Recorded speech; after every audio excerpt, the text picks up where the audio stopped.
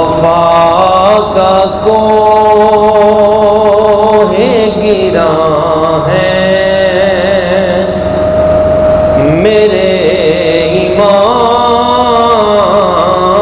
حسین، وفا کا کوہ گراں ہے میرے امام حسین، سخا کا بحر رواں ہے میرے امام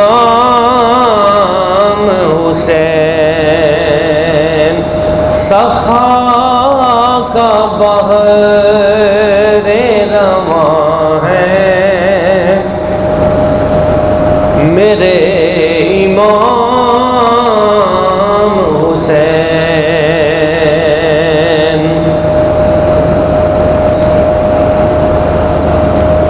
اور وہ خاندان براہیم کے گلے سرسبز، وہ خاندان براہیم کے گلے سرسبز، رسول پاک کی جان ہے میرے امام حسین، حسین پاک رسول پاک کی جان ہے، علی پاک کی جان ہے، بطول پاک کی جان ہے میرے امام حسین۔ اور بڑا خوبصورت شعر ہے حضرت امام علی مقام امام حسین پاک آپ کے حوالے سے، لہو سے جن کے مزین ہیں کربلا و نجف، لہو سے جن کے مزین ہیں کربلا و نجف، وہ دین حق کی اذاں ہے میرے امام حسین، وہ دین حق کی اذاں ہے میرے امام حسین، وفا کا کوہ گراں ہے میرے امام حسین،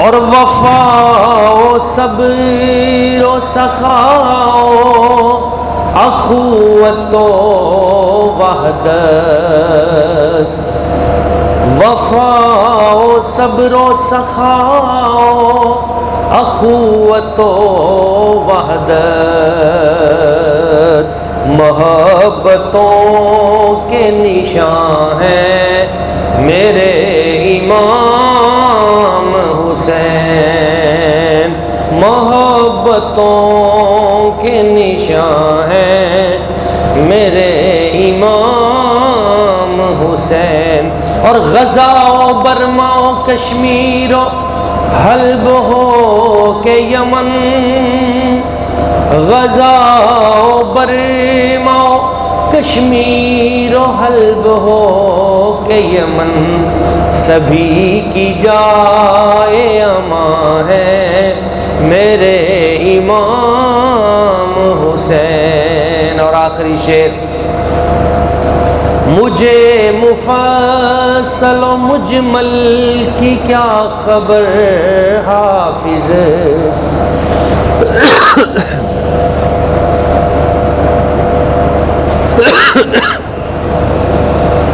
مجھے مفصل و مجمل کی کیا خبر حافظ، میرا تو دین و ایمان ہے میرے امام حسین، میرا تو دین و ایمان ہے میرے امام حسین، ہے گرا ہے میرے امام حسین۔ معزز و محترم عاشقان رسول، اہل بیت اطہار، اللہ کریم کی بارگاہ قدس میں دعا ہے وہ ذات لم یزل ہم سب کو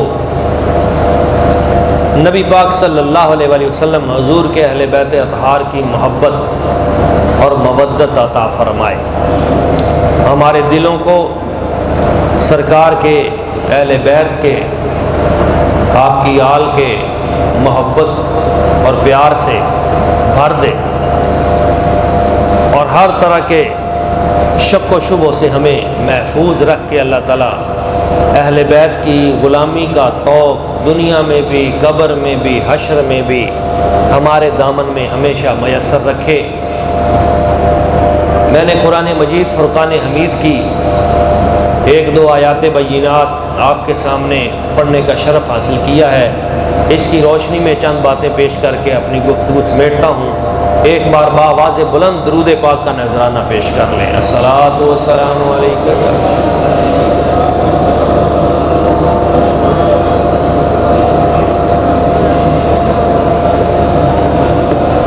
محترم عاشقان رسول، نبی اکرم نور مجسم صلی اللہ علیہ وآلہ وسلم حضور کے اہل بیت اطہار کا تذکرہ قرآن مجید میں موجود ہے۔ ابھی 2-3 دن پہلے بھی میرا ایک بیان ARYQ ٹی وی پہ چلا جو آدھے گھنٹے کا بیان تھا مسلسل، جس میں میں نے قرآن مجید کی آیتوں کی روشنی میں اہل بیت اطہار کی شان بیان کرنے کی سعادت حاصل کی۔ ان کی کرم نوازی ہے کہ وہ ہمیں چن لیتے ہیں اس کام کے لیے، ورنہ ہمارے پلے تو کچھ نہیں ہے، یہ ان کی کرم نوازی ہے۔ اللہ کریم نے قرآن مجید میں فرمایا انما یرید اللہ لیذھب عنکم الرجس اہل البیت ویطہرکم تطہیرا، اللہ تو چاہتا ہی یہ ہے، اس کا ترجمہ ہے بے شک اللہ تعالیٰ تو چاہتا ہی یہ ہے اے میرے حبیب، لیذھب عنکم الرجس اہل البیت، کہ آپ کے اہل بیت سے ہر طرح کی کمی، ہر طرح کا نقص دور کر دے، ہر طرح کا رجس جو ہے جس کو ہم عام زبان میں پلیدی کہتے ہیں، نجس چیزیں، رب تو یہ چاہتا ہے ہر ناپاکی آپ کے اہل بیت سے دور کر دے۔ وَيُطَهِّرَكُمْ تَطْهِيرًا، اور انہیں یوں پاک کر دے جیسے پاک کرنے کا حق ہے۔ اب یہ دیکھیں، ایک پہلا فرق یہ سمجھیں، ہمیں ناپاکی سے دور خود رہنا پڑتا ہے، ہمیں حکم ہے کہ ناپاکی سے دور رہو، آپ کو، مجھے، ہم سب کو حکم ہے کہ نجس چیز، پلید چیز، ناپاکی، کمی، کوتاہی سے دور رہو، قریب نہ لگنے دو۔ اگر دامن پہ کوئی نجاست لگ جاتی ہے نماز نہیں ہوتی۔ اپنے آپ کو ناپاکی سے دور رکھو، ہمیں حکم ہے کہ ہم ناپاکی کو اپنے آپ سے دور رکھیں، مگر اہل بیت کی شان یہ ہے کہ اللہ تعالیٰ نے ناپاکی کو حکم دیا ہے کہ اہل بیت سے دور رہے۔ اب بات سمجھ میں آئی کہ اللہ تعالیٰ نے پلید چیز کو، نقص کو، خامی کو، ناپاکی کو حکم دیا ہے کہ تم نے حضور کے اہل بیت سے دور رہنا ہے۔ اب اس سے پتہ چلتا ہے کہ ان کی شان وراء الورا ہے۔ ہم نماز میں ان پر درود بھیجتے ہیں،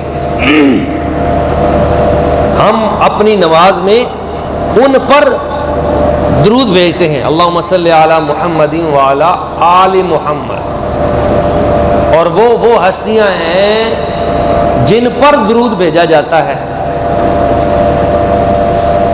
اس لیے حضرت سیدنا امام عبد الوہاب شارانی رحمہ اللہ آپ کا یہ معمول تھا کہ جب کبھی کوئی ان کے پاس بادشاہ آتا اور ایک طرف سے حضور کی آل کا کوئی فرد آتا تو آپ بادشاہ کی تعظیم کے لیے نہیں کھڑے ہوا کرتے تھے، حضور کی آل پاک کی تعظیم کے لیے کھڑے ہوا کرتے تھے۔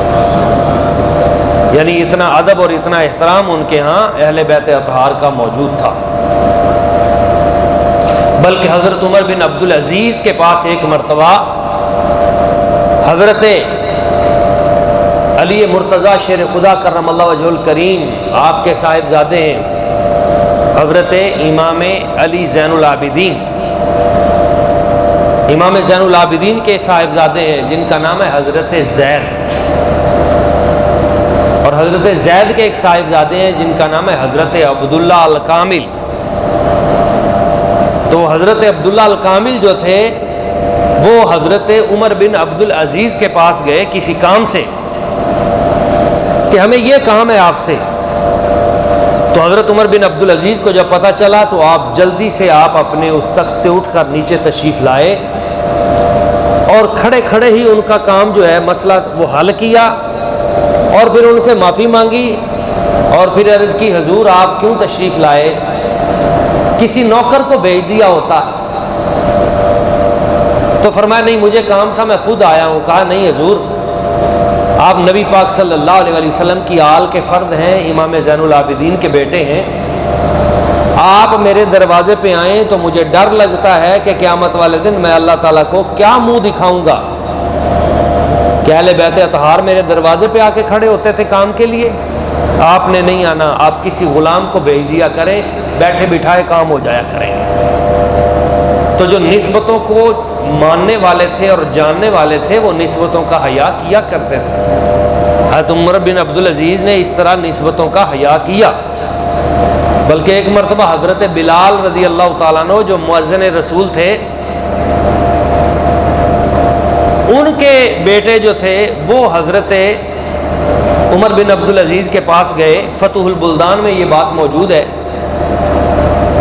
وہ حضرت عمر بن عبدالعزیز کے پاس گئے کہ ہمارے خلاف پولیس نے کیس کر کے یہ مکان ہمارا ہم سے چھین لیا ہے، جبکہ یہ مکان ہمارا ہے مدینہ طیبہ میں۔ تو آپ چونکہ مدینہ طیبہ کے گورنر تھے، حضرت عمر بن عبدالعزیز آپ نے ان سے پوچھا کہ تمہارے پاس کیا دلیل ہے کہ یہ مکان تمہارا ہے؟ تو ان کے پاس ایک پرانا سا ورق تھا، انہوں نے کہا جی یہ ایک ورق ہے، یہ نبی کریم صلی اللہ علیہ وسلم نے لکھ کر ہمارے والد حضرت بلال حبشی سیدنا بلال رضی اللہ، یہ ان کو لکھ کر دیا تھا کہ یہ مکان تمہارا ہے۔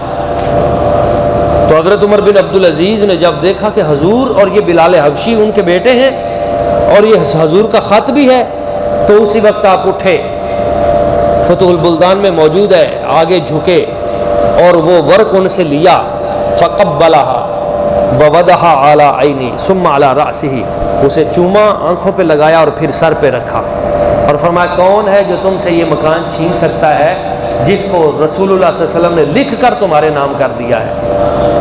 تو پھر وہ مکان بھی دیا اور بھی دیا اور برکتوں سے مالا مال کر دیا، اور فرمایا جب بھی تمہیں کوئی کام ہو تو تم مجھے حکم کر دیا کرو۔ تو حضرت بلال کی نسبت کا بھی انہوں نے حیا کیا۔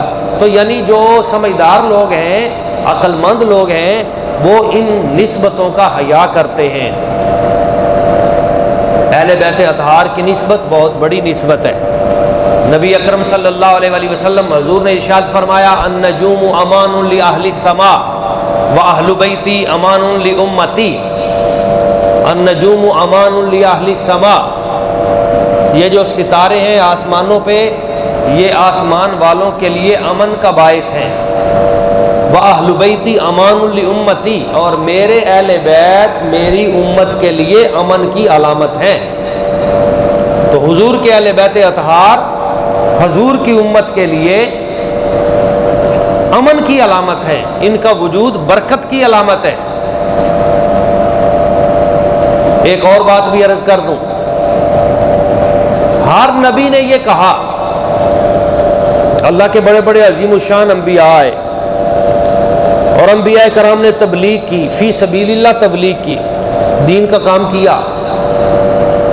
جب بھی کسی نبی سے کسی نے کہا حضور آپ نے ہمیں کلمہ پڑھایا ہے، بتائیے ہم آپ کی کیا خدمت کریں، تو اس نبی نے آگے سے جواب دیا، ان اجری الا علی اللہ، میرا اجر اللہ کے ذمے ہے، میں تم سے اجر نہیں مانگتا، میں نے جو تمہیں دین کی تبلیغ کی ہے، اسلام کا کام کیا ہے، خدمت اسلام کی ہے، اس کا اجر میں تم سے نہیں مانگتا، میرا اجر اللہ کے ہاں ہے۔ اور مبلغ اسلام کو چاہیے بھی کہ وہ لوگوں سے اجر طلب نہ کرے دین کی تبلیغ پر، اسے چاہیے کہ وہ اس کا اجر اللہ سے ہی طلب کرے۔ بندوں سے کیا مانگنا، رب سے مانگنا،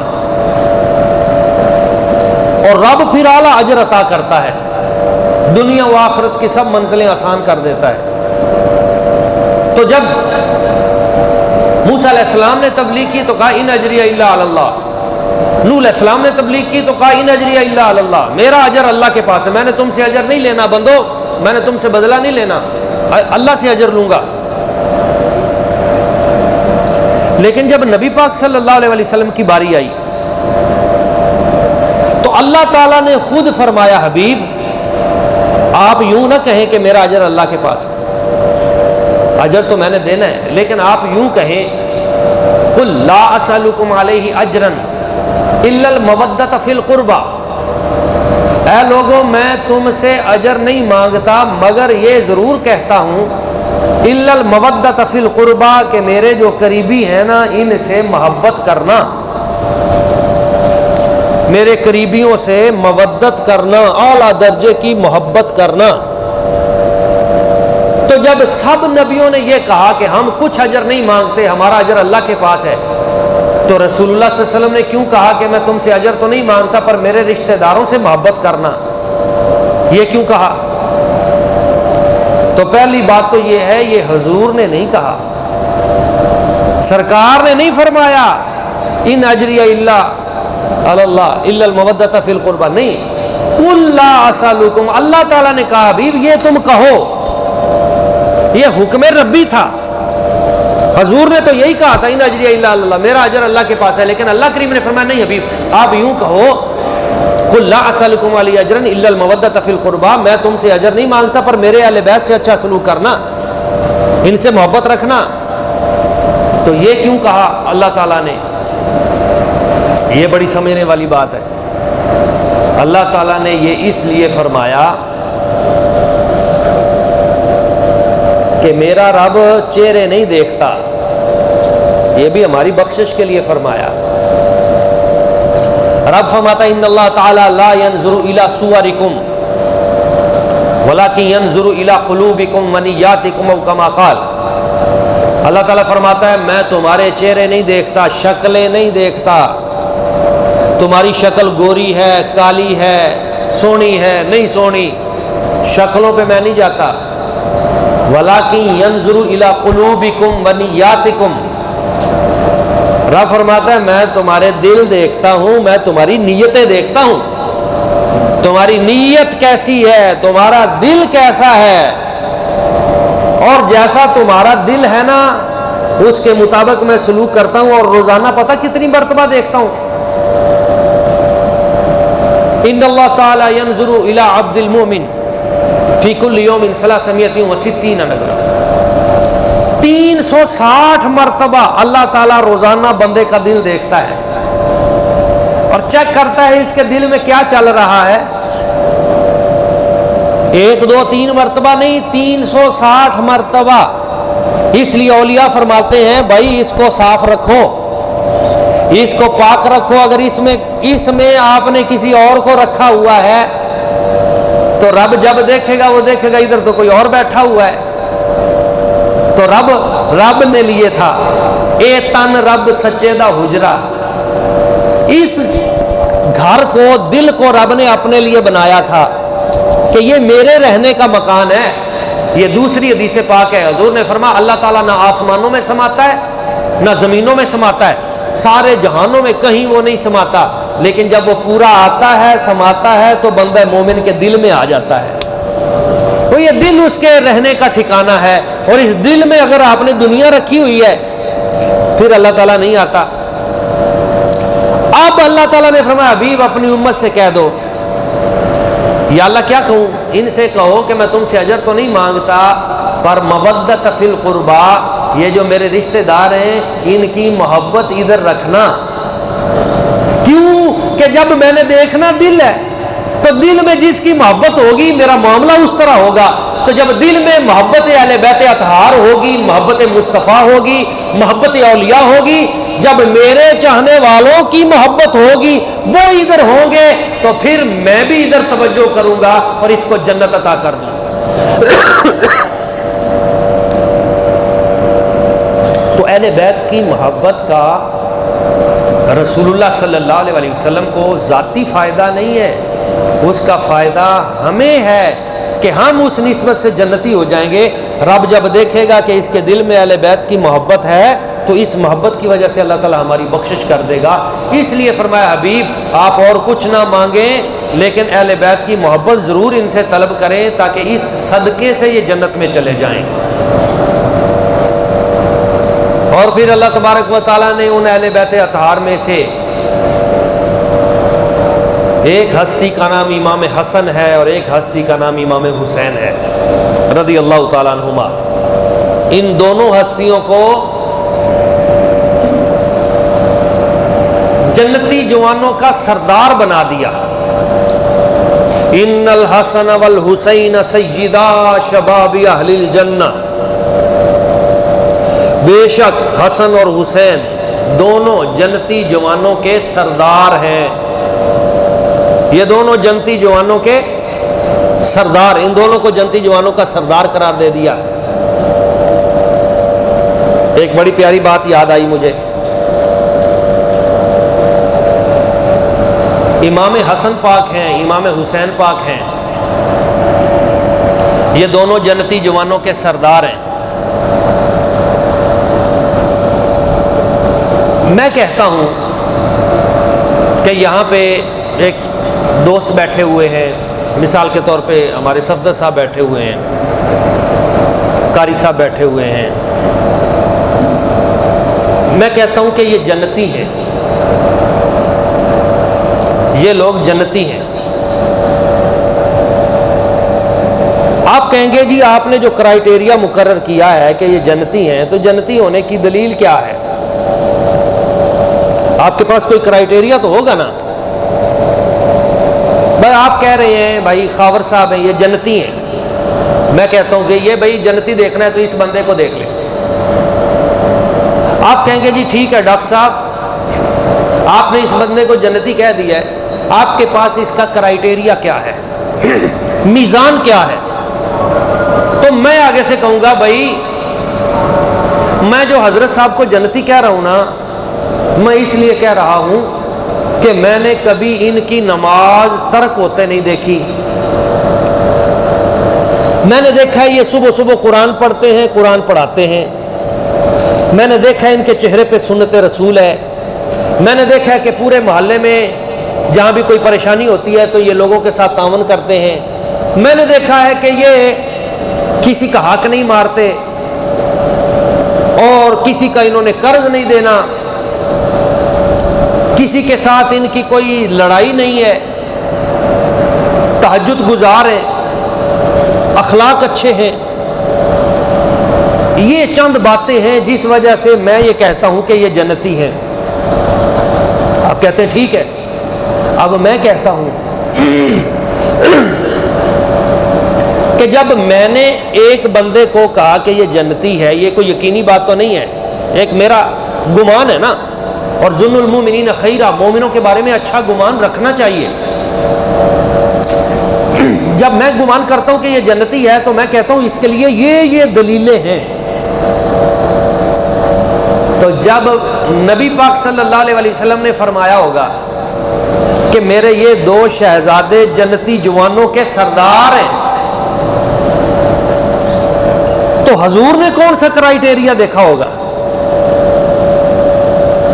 پھر سرکار نے دیکھا ہوگا کہ قیامت تک آنے والے جتنے لوگ ہیں، نمازیں، روزے، حج، زکاتیں، جو جس کی نیکیاں ہیں، سب سے اعلیٰ تقوی کا جو معیار قیامت تک قائم رہے گا، ان میں سب سے اعلیٰ ترین جن کی کیفیت ہوگی، میرے یہ 2 شہزادے جنتی جوانوں کے سردار ہوں گے، ان کے اعمال بھی سب سے اعلیٰ ہوں گے۔ اور ایک بات اور بھی عرض کر دوں، جب سرکار نے یہ فرمایا تھا یہ دونوں جنتی جوانوں کے سردار ہیں، تو اس وقت امام حسن پاک اور امام حسین پاک کی عمر کتنی تھی؟ جب سرکار دنیا سے تشریف لے گئے تو اس وقت امام حسن پاک کی عمر تقریباً 7 سال تھی، تقریباً 7 سال، اور امام حسین پاک کی عمر مبارک تقریباً 6 سال جب سرکار دنیا سے تشریف لے گئے۔ بھئی چند ماہ کا آگے پیچھے ہو سکتا ہے، لیکن میں تقریباً کہہ رہا ہوں امام حسین پاک کی عمر مبارک 6 سال، 6.5، امام حسین پاک کی عمر 7، 7.5 سال۔ ابھی تو نماز فرض بھی نہیں ہوئی، ابھی روزے فرض نہیں ہوئے، ابھی حج زکاتیں فرض نہیں ہوئی، تو سرکار نے پہلے فرما دیا یہ جنتی جوانوں کے سردار ہیں۔ پھر ایک بات یہ بھی سن لیں، حضور نے آخری لمحے دنیا سے جاتے ہوئے تو نہیں کہا تھا، بلکہ جب وہ گود میں کھیل رہے تھے، یعنی ایک کی عمر 2 سال، ایک کی عمر 3 سال، یہ بشارت تو سرکار نے اس وقت دے دی تھی یہ جنتی جوانوں کے سردار ہیں۔ پتہ کیا چلا کہ جو کچھ قیامت تک ہونے والا تھا رب نے مصطفیٰ کی نگاہ کے سامنے روشن کر دیا، اور حضور نے دیکھ لیا کہ تقوی و طہارت میں، علم میں، شجاعت میں، سخاوت میں جو جوان، بڑے سے بڑا جوان بھی جو کام کرے گا، میرے یہ شہزادے اس سے بڑھ کے کام کریں گے۔ اس لیے بچپن کے عالم میں سرکار نے انہیں جنتی جوانوں کا سردار قرار دے دیا، اور پھر اس کے بعد 55-56 سال عمر ہے حضرت امام حسین پاک کی، 56 سال 5 مہینے 5 دن، 56 سال 5 مہینے 5 دن کی عمر مبارک ہے۔ پھر امام حسین نے اپنے عمل سے ثابت کر کے بتا دیا کہ حضور نے اگر جنتی جوانوں کا سردار انہیں کہا ہے تو صحیح کہا ہے، جنتی جوانوں کے سردار ایسے ہی ہونے چاہیے۔ یہ حوصلہ، یہ صبر، یہ استقامت، یہ دین کے لیے قربانی، حق پہ ڈٹ جانا، اور اپنے پورے کے پورے کنبے کو راہ حق میں شہید کروا دینا، اور پھر بھی مسکراتے ہوئے آخری لمحے میں اذن صلاۃ طلب کرنا، اور پھر حالت سجدہ میں اپنی گردن کٹوانا، یہ امام حسین پاک کا خاصہ ہے۔ وقت کی یزیدی قوتوں کے ساتھ ٹکرانا، اور وہ ٹکراؤ آج بھی چل رہا ہے، اور وہ ہر بندے کے اندر چل رہا ہے۔ موضوع چونکہ بہت بڑا ہے، میں اس جملے پہ بات ختم کرتا ہوں، موسم کی شدت و حدت بھی ہے، اس جملے پہ میں بات ختم کرتا ہوں۔ ہمارے اندر بھی 2 قوتیں چل رہی ہیں مسلسل، ایک یزیدی قوت ہے، ایک حسینی قوت ہے۔ حسینی قوت کو روحانی قوت کہا جاتا ہے، اور یزیدی قوت کو شیطانی قوت کہا جاتا ہے۔ یہ ہمارے دل میں ایک وقت میں چل رہی ہیں، روزانہ ہر لمحے ہمارے اندر یہ حسین اور یزید کی کشمکش یہاں بھی چل رہی ہے۔ نماز پڑھنے کا وقت آتا ہے تو یزیدی قوت کہتی چھڑ نماز نو، اور دفعہ مار پڑا پھر پڑھ لیں گے، اجے کیڑا عمر ہے۔ اور حسینی قوت روحانی کہتی ہے نہیں، حسین نے سجدے میں سر کٹا دیا، نماز نہیں چھوڑی، تو کدھر جا رہا ہے؟ یزیدی قوت کہتی ہے گناہ کی طرف چل، حسینی قوت کہتی ہے نہیں، دین کی طرف چل۔ یہ اندر کشمکش چل رہی ہے، ہمارے اندر دونوں قوتیں کام کر رہی ہیں۔ تو اس وقت ضرورت ہے کہ ہم سچے حسینی بنیں۔ سچے حسینی کیسے بنیں گے؟ کہ یہ جو یزیدی قوت ہے، یزید شرابی تھا، فاسق تھا، فاجر تھا، کتے لڑاتا تھا، بندر نچاتا تھا، عیاش تھا، عورتیں اپنے حجرے میں وہاں پہ اپنے محل میں ان سے نچواتا تھا، یعنی برائی کے وہ تمام کام جو اس وقت وہ کر سکتا تھا وہ سارے کرتا تھا۔ یہ برائی اور دوسری طرف اچھائی، یہ ساری، یہ دونوں قوتیں آج موجود ہیں اور ہمارے وجود کے اندر موجود ہیں۔ تو ضرورت اس امر کی ہے کہ ہم ان یزیدی فکر کو، یہ ایک فکر ہے، ایک پورا نظام ہے، تو اس پورے برائی کے اس نظام کو ہم اپنے دل سے نکال دیں اور روحانیت کے، اچھائی کے نظام کو اپنے دل میں جگہ دیں۔ اور امام حسین کے نقش قدم پہ جنہوں نے 25 حج پیدل چل کے کیے، اعلیٰ سے اعلیٰ سواری ان کے پاس اس وقت تھی، اچھے سے اچھے گھوڑے موجود تھے، مگر مدینہ طیبہ سے پیدل چل کے 25 حج انہوں نے کیے۔ ان کی کبھی تہجد کی نماز بھی قضا نہیں ہوئی، اور قرآن سے اتنی محبت تھی کہ سر قلم ہو گیا مگر نیزے پہ چڑھ کے بھی قرآن جاری رہا۔ ہم نے آج حسینی بننا ہے تو پھر قرآن کو اسی طرح پکڑنا ہوگا، اور فتنوں کے خلاف، دجالی قوتوں کے خلاف، یزیدیوں کے خلاف، آج بھی تو یزید اسی طرح ملک پہ حملہ آور ہیں۔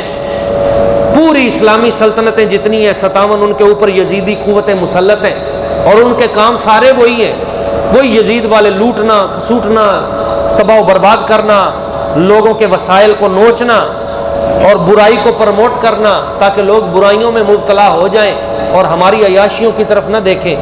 یہی امام حسین پاک کا درد تھا کہ یہ غلط لوگ اگر تخت پہ بیٹھ گئے، حکومت میں آ گئے، تو یہ ظالم لوگوں کا جینا حرام کر دیں گے، اس لیے ایسے لوگوں کی بیعت کرنا ان کے ہاتھ پہ یہ کسی طور پہ جائز نہیں ہے، اور ان کے خلاف اٹھنا اور اپنے آپ کو کھڑے کرنا، یہ امام حسین پاک کی سنت ہے۔ اللہ کریم کی بارگاہ قدس میں دعا ہے جو چند باتیں میں نے عرض کی ہیں ہمیں سمجھنے کی، فکر حسین اپنانے کی توفیق عطا فرمائے۔ آمین۔ وما علینا الا البلاغ المبین۔